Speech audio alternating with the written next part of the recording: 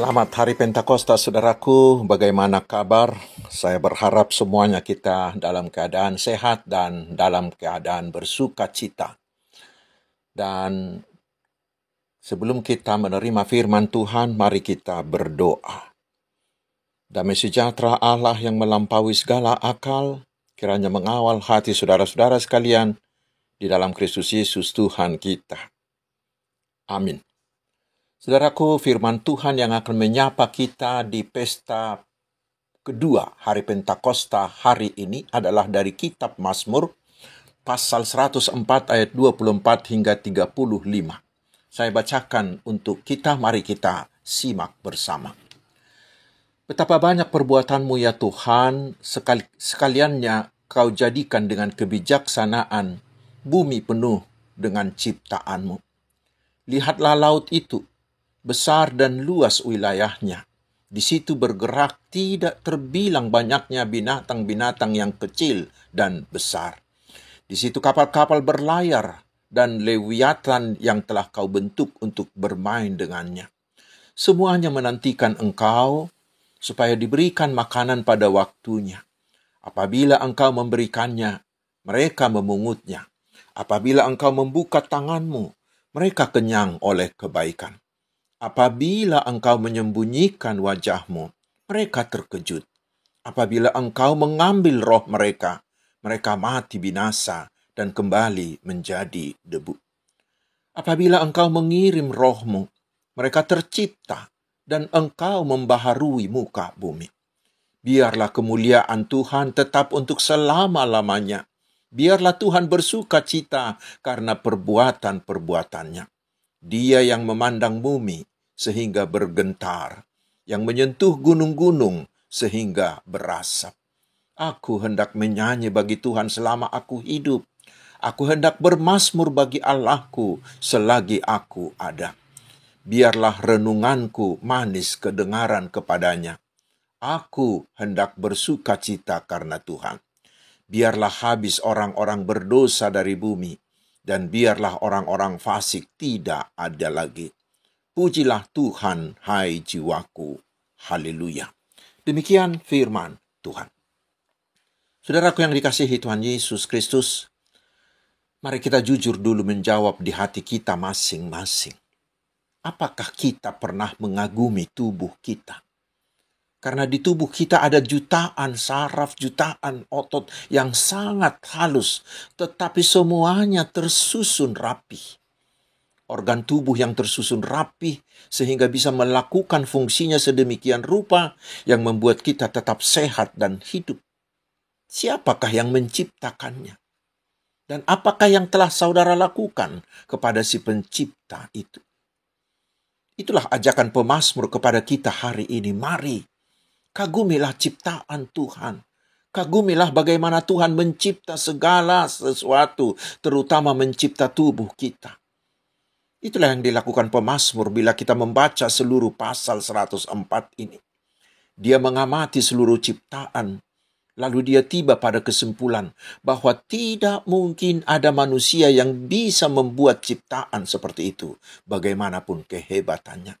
Dan secara khusus di nats kita hari ini, pemazmur mengagumi bagaimana Tuhan mencipta laut yang besar dan luas, dipenuhi oleh binatang kecil dan besar, dan juga dipenuhi oleh buaya.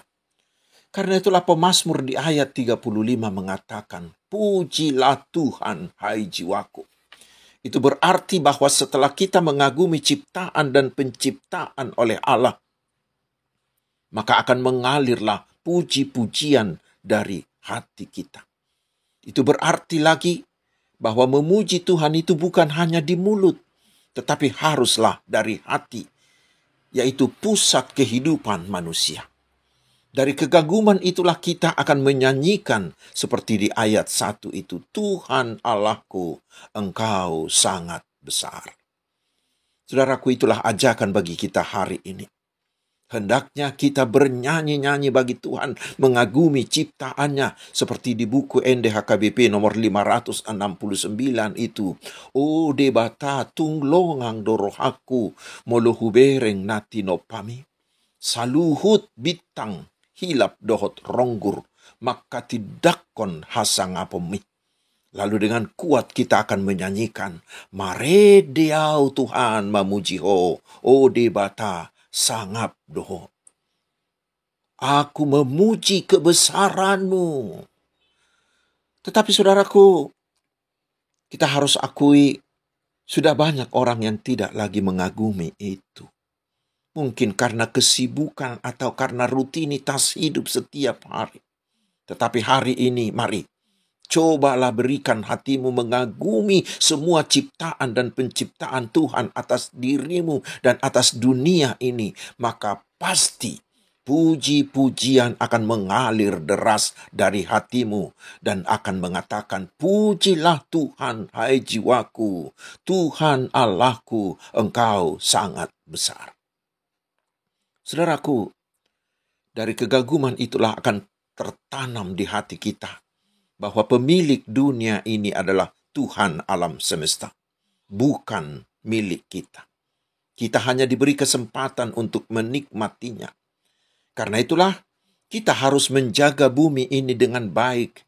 Jangan merusak atau mencemarinya, tetapi harus melestarikannya. Bila kita merusaknya sekarang, maka anak-anak cucu kita akan mewarisi bumi yang rusak dan yang bopeng. Bila seperti itu, bagaimanakah mereka bisa lagi mengagumi ciptaan Tuhan itu? Karena itulah kita harus melestarikannya dengan sekuat tenaga kita. Selanjutnya, saudaraku, firman Tuhan ini menyatakan dengan jelas kepada kita bahwa semua ciptaan bergantung total kepada Allah penciptanya. Mari kita baca itu di ayat 27 hingga ayat 29 yang mengatakan bahwa tidak ada satu pun dari ciptaan itu termasuk kita yang bisa hidup tanpa Allah. Kita bisa hidup hanya bila Tuhan memberikannya. Karena di ayat 29 dikatakan, bila Tuhan menarik tangannya atau bila Tuhan menyembunyikan wajahnya, maka kita akan terkejut, kita akan takut, kita akan menderita. Seperti ranting yang patah dari pohonnya akan langsung kering. Atau kita akan seperti anak ayam yang kehilangan induknya. Bahkan dikatakan lagi, apabila Tuhan mengambil roh kita, maka kita akan mati binasa dan kembali menjadi debu. Itu berarti hidup mati kita bergantung mutlak pada Tuhan. Karena kita bisa hidup adalah karena Tuhan menghembuskan nafasnya ke hidung kita. Dan bila Tuhan mengambilnya, siapapun dan apapun tidak bisa mengembalikannya. Baik harta, kekayaan, kehebatan kita pun tidak akan bisa. Seperti yang dialami oleh orang kaya di perumpamaan Yesus di Lukas 12 ayat 13 itu.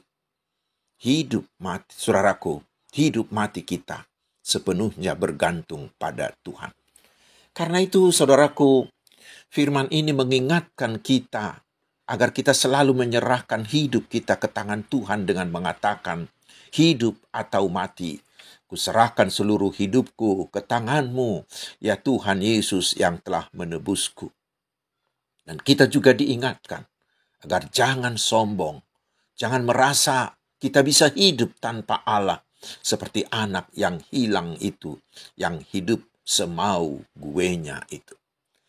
Namun demikian, saudaraku, firman Tuhan ini meyakinkan kita juga bahwa Tuhan kita bukanlah hanya Tuhan yang tahu mencipta kita, tetapi Dia adalah Tuhan yang bertanggung jawab penuh memenuhi segala kebutuhan kita.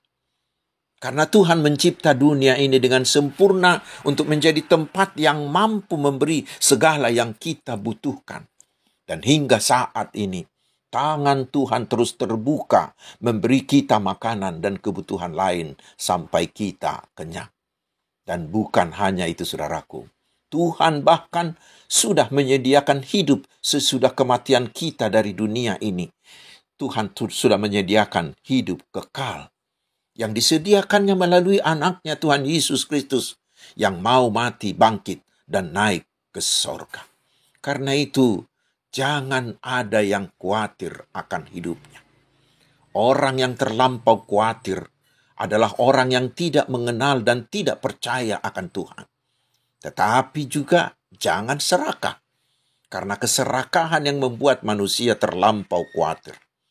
Tetapi orang percaya akan selalu menantikan Tuhan dan yakin sepenuhnya bahwa Tuhan pasti akan mencukupkan segala kebutuhannya, tetapi bukan keinginannya. Dengan demikian, dia akan hidup dengan rasa cukup dan dengan penuh ucapan syukur.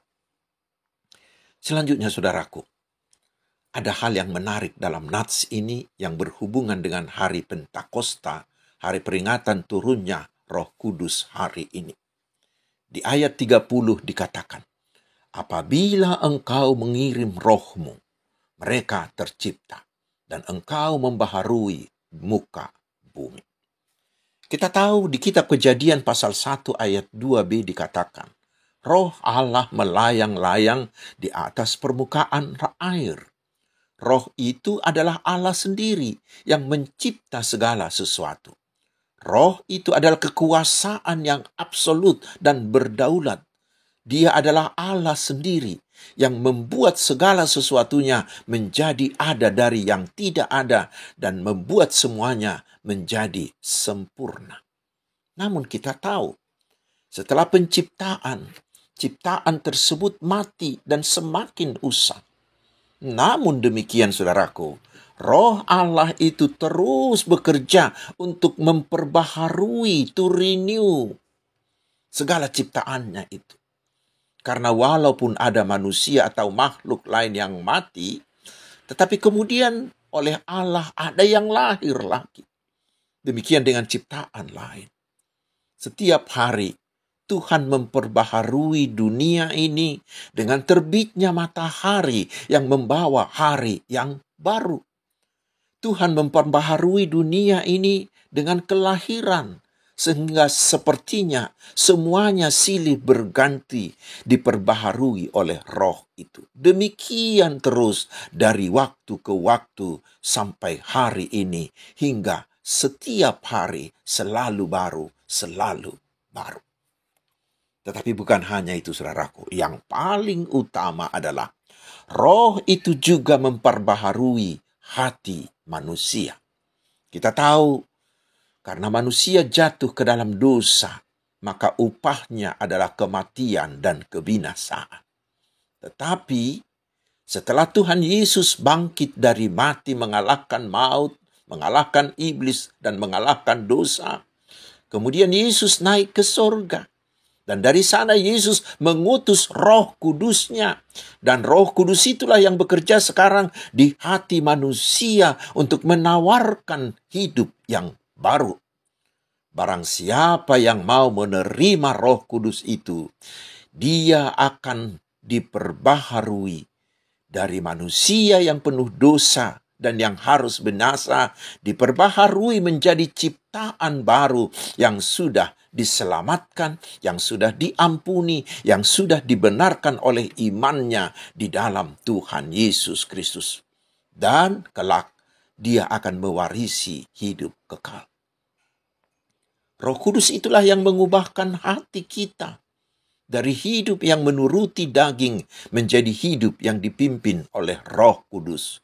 Dan sampai hari ini, Roh Kudus itu terus bekerja untuk membuat pembaharuan itu. Karena itulah Tuhan mengatakan di Wahyu 21 ayat 5, lihatlah, aku menjadikan segala sesuatu baru. Tetapi yang menjadi persoalan ada pada kita, yaitu apakah kita mau menerima Roh Kudus itu untuk memimpin hidup kita, sehingga kita mau memberi Roh Kudus itu kebebasan sepenuhnya untuk terus-menerus memperbaharui hidup kita? Apakah kita mau? Karena masih banyak orang yang lebih suka hidup menuruti dagingnya. Karena memang hidup dalam daging itu rasanya enak. Tetapi ingat, enaknya itu hanya sementara saja, dan lihat hasil akhirnya akan membawa mereka kepada kebinasaan. Hidup menuruti daging hanyalah nikmat membawa sengsara. Karena itu sebaiknya saudaraku, mari hari ini buka hatimu menerima dan membiarkan Roh Kudus itu berkuasa penuh atas diri kita. Sehingga hidup kita semakin hari akan semakin diperbaharui. Dan hasil akhirnya kita akan semakin sama seperti Kristus. Menjadi anak kekasih Tuhan yang pasti akan mewarisi hidup kekal. Terutama di zaman ilmu pengetahuan yang tinggi ini, yang sangat kuat mengalihkan perhatian terutama anak-anak muda. Perhatian mereka dialihkan untuk hidup dalam daging dan menjauh dari Tuhan. Mari di hari Pentakosta ini ambil keputusan dan bangunlah tekadmu hari ini mengatakan, aku harus membiarkan Roh Kudus mengatur hidupku sepenuhnya, sehingga hidupku terus-menerus diperbaharuinya, sehingga aku menjadi sama seperti Tuhan Yesus. Selamat Hari Pentakosta, saudaraku. Amin. Marilah kita berdoa. Terima kasih atas firman-Mu, ya Allah Bapa kami yang Maha Kuasa. Hari ini kami mau memberi diri kami sepenuhnya dikuasai oleh Roh Kudus-Mu, sehingga hidup kami terus-menerus diperbaharui hingga sama dengan karakter Tuhan Yesus. Ya Roh Kudus, kami memohon, bekerjalah semakin kuat di hati orang-orang, terutama anak-anak remaja kami yang masih banyak hidup menuruti dagingnya. Tariklah mereka menuruti Roh Kudus agar mereka menjadi selamat. Ya Tuhan, berkatilah kami satu persatu. Berkatilah keluarga kami, anak-anak kami, dan seluruh aktivitas dan pekerjaan kami. Kami memohon, penuhilah para hamba-Mu dengan Roh-Mu, sehingga hati mereka dikobarkan untuk semakin giat mengabarkan Injil-Mu, agar kerajaan-Mu semakin meluas. Berikan juga Roh-Mu kepada para pemimpin bangsa kami, agar mereka berhikmat dalam takut akan Tuhan dalam menjalankan roda pemerintahan di segala aras bangsa ini. Terima kasih Tuhan. Mulialah nama-Mu, ya Allah Bapa, Anak, dan Roh Kudus. Tuhan memberkati engkau dan melindungi engkau. Tuhan menyinari engkau dengan wajah-Nya dan memberi engkau kasih karunia. Tuhan menghadapkan wajah-Nya kepadamu dan memberi engkau damai sejahtera. Amin. Selamat Hari Pentakosta, saudaraku. Tetap semangat, tetap bersukacita di dalam Tuhan Yesus. Tuhan Yesus memberkati kita.